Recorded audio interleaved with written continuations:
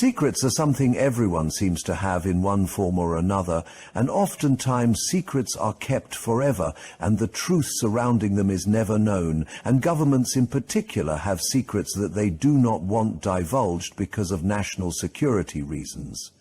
But people are curious, and they want to know how their tax dollars are being spent, and many of those dollars that are being spent are used on secret projects that the general public never learns of. However, a few of these secrets have managed to sneak out, and it is these secrets that we will be discussing in these episodes ahead, and we hope that you will come along with us as we explore these mysterious secrets and obscure places. That being said, join us today as we explore the mystery of President Eisenhower and the Greada Treaty. On October 14, 1890, David and Ida Eisenhower brought into the world their third child. This child was named Dwight David Eisenhower, and he would go on to live a rather phenomenal life. He was born in Denison, Texas, and raised in Abilene, Kansas. His parents were not rich, and getting a college education was a bit of a far-fetched dream for young Dwight Eisenhower. But he managed to get a referral to attend West Point by the Kansas state senator, and he finished his schooling at West Point in 1915 as a fairly average student. His military career spanned many decades, and he missed out on any actual combat action in World War I, which hindered his advancement in the military to a certain degree. However, as the supreme commander of all Allied forces in World War II, he gained the respect and admiration of the entire world as the commander that won the war. However, Eisenhower himself was well aware of the fact that it was the soldiers that won the war. Yes, he was their commander, but it was they that shed the blood. After the war in 1948, he became the president of Columbia University, and he held that role until the day before his inauguration in January of 1953, as the 34th President of the United States. This was life in America in the 1950s, and the post-war boom was everywhere. "I like Ike" was a very popular catchphrase, and President Eisenhower served 2 successful terms, and he delivered his most alarming speech in 1960 with the famous "We must guard against the threat from the military-industrial complex" departure speech from the Oval Office. In the councils of government, we must guard against the acquisition of unwarranted influence, whether sought or unsought, by the military-industrial complex. Throughout his later years, he had many passions and hobbies like oil painting and playing golf. It was during one of these golf outings that the most bizarre episode in Eisenhower's presidency took place. It was the night of February 24, 1954, in Palm Springs, California, and the president had disappeared. The Secret Service couldn't find him. The news media couldn't find him. Everyone was dumbfounded, and some speculated that the president had died unexpectedly. It was later reported that he had suffered a chipped tooth and had to receive emergency dental surgery. But President Eisenhower wasn't at the dentist, he was at Edwards Air Force Base. While there, he held a classified meeting with entities that were not of this earth. He was meeting with aliens that are known as the Nordics. There was also a group of high-ranking civilian and military personnel present. This group would later become known as Majestic 12. At around midnight, a huge craft slowly drifted down to the tarmac at Edwards Air Force Base. This craft was unlike anything any of these people had ever seen.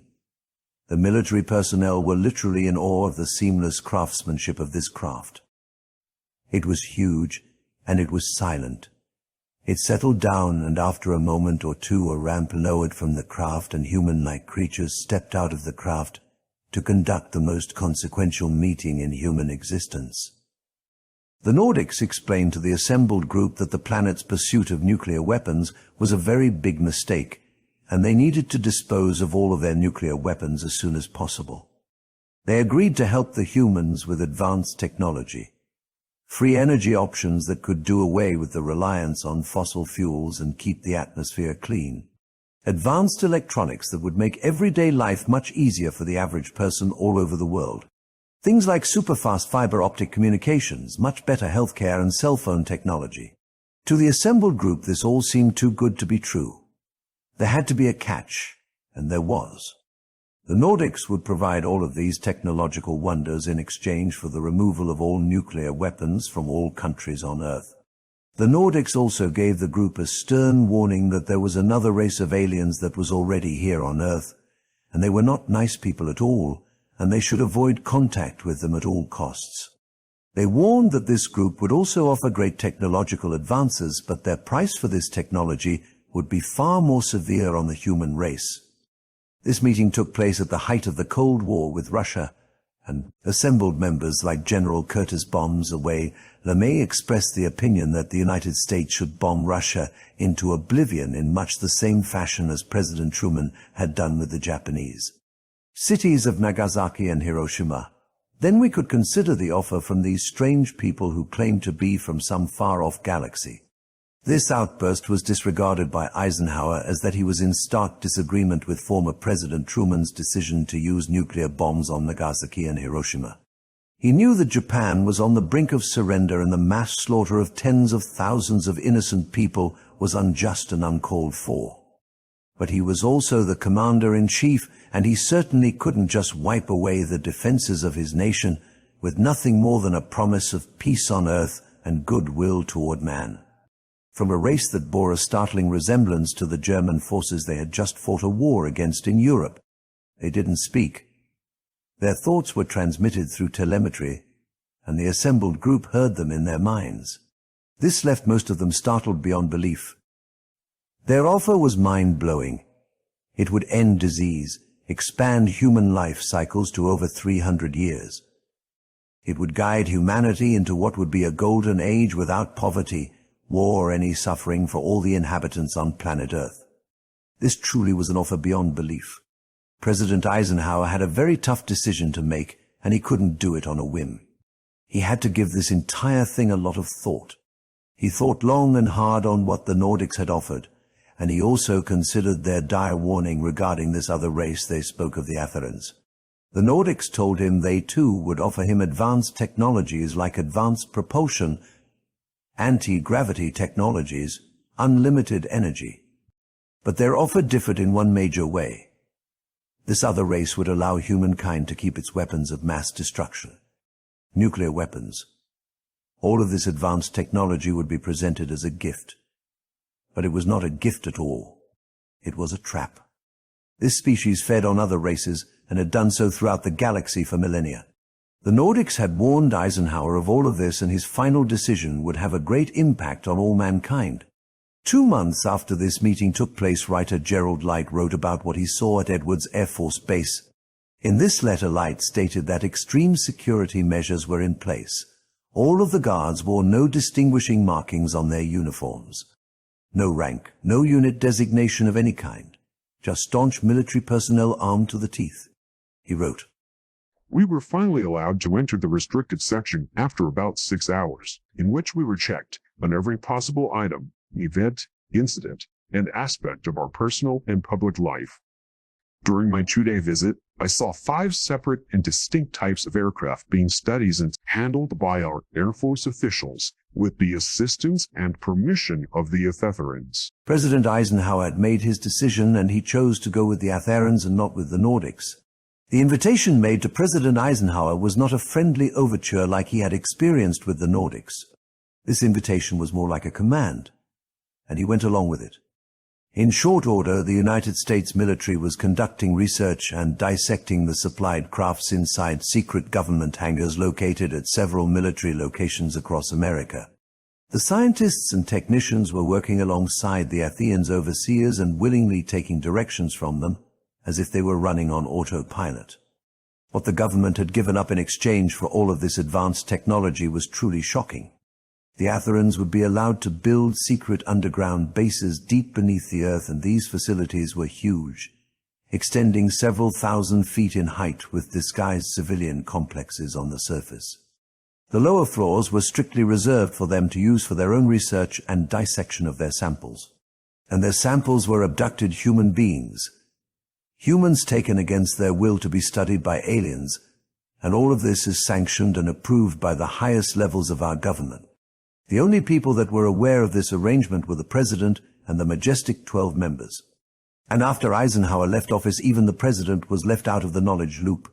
These Atherans were not warm and inviting like the Nordics. They were cold and clinical. This was not a process to enhance the human race. It was a strategic transaction, and one designed to put the human race at their mercy. And these are not merciful beings. They were cold, calculating, and emotionless to the extreme degree. Most of the people were abducted at night while they slept, and horrendous experiments were conducted on them. They were like lab rats for these alien beings, probed and prodded, and sometimes impregnated to develop a hybrid species of alien human beings. All the while the U.S. government explained to the public that there's nothing to see here and please just move along. This is all restricted and you do not have a need to know. And this process continued for decades, and many say it still goes on today. In the harsh mountains outside Dulce, New Mexico, construction began on what would become one of the most classified and secret facilities on Earth. This facility extended underground for 7 massive levels, each level more restricted than the one above it. The lower levels are reserved strictly for the aliens. There they do their research and dissection. The contracted construction workers hired to build the facility had no idea what it was they were building.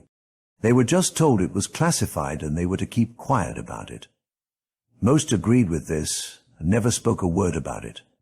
But others were astonished to discover this was a facility that was not being built for use by the United States military, but rather by alien creatures, and they found it their duty to let the public know about it.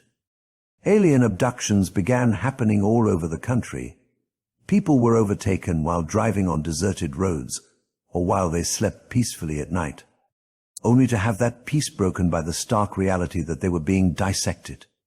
Truly horrifying experiences done to United States citizens while the government looked the other way. The members of the Majestic 12 had made a deal with the devil, and they apparently had no problem with it at all. However, there were honorable people involved in this who had no interest in money or government power, and they set about to reveal the whole thing. Phil Schneider was not a conspiracy theorist.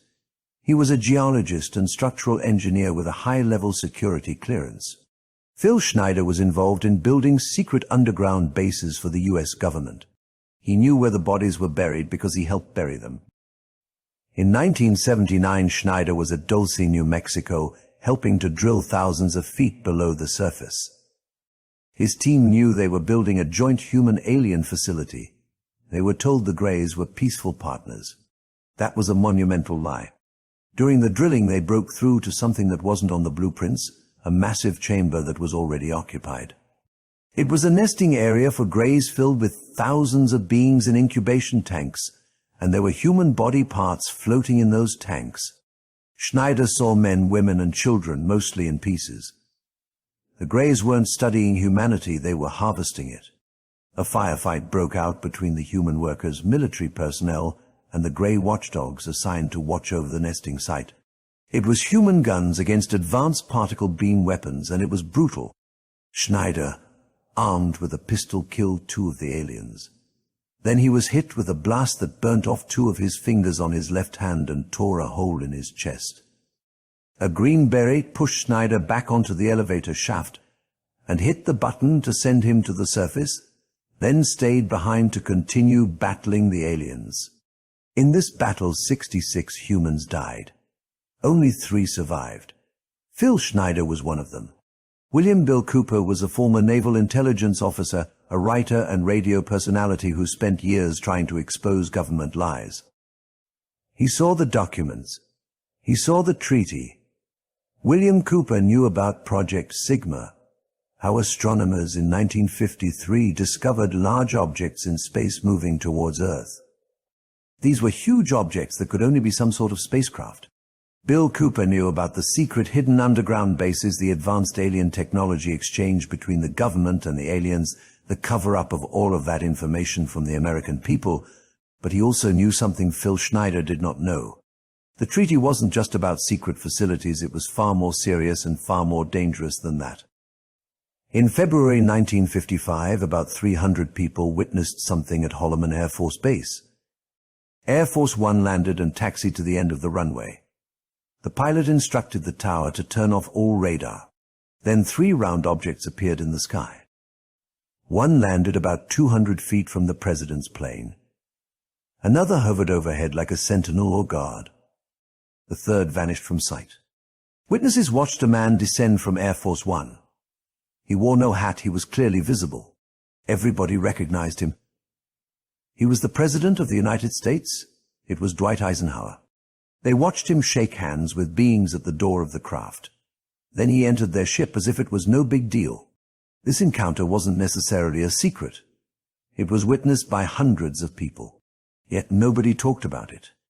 But Phil Schneider and William Cooper did. Both men made public statements that their lives were in danger. Both said they were being threatened by unknown government agents. Both of them predicted they would soon be found dead. Both of them were right. Phil Schneider made several public statements saying that if ever a report was to surface or be broadcast on the news that he had taken his own life, that story would be a lie. He was later found dead in his apartment with a surgical cord around his neck, and the county coroner in Oregon, where he lived, ruled the death a suicide. William Cooper made very similar public statements that he too would be a target of malfeasance and his death would be portrayed as being self-inflicted. This too came true for William Cooper, and I can assure you William Cooper did not take his own life. It is my humble opinion that events such as this have happened, and continue to happen to not only the citizens of America, but also to people from all over the world. The treaty or contract that was established during the Eisenhower administration is still in effect, and we as citizens must remain vigilant and aware of the horrors our own government will pursue in order to remain the superpower they attest to be. If we do not do away with this sort of folly, we are destined to become mere fodder for the masters. This is not the path we want to pursue. This is Professor Poppycock, and I thank you for your time and attention, and I shall see you all in the next one.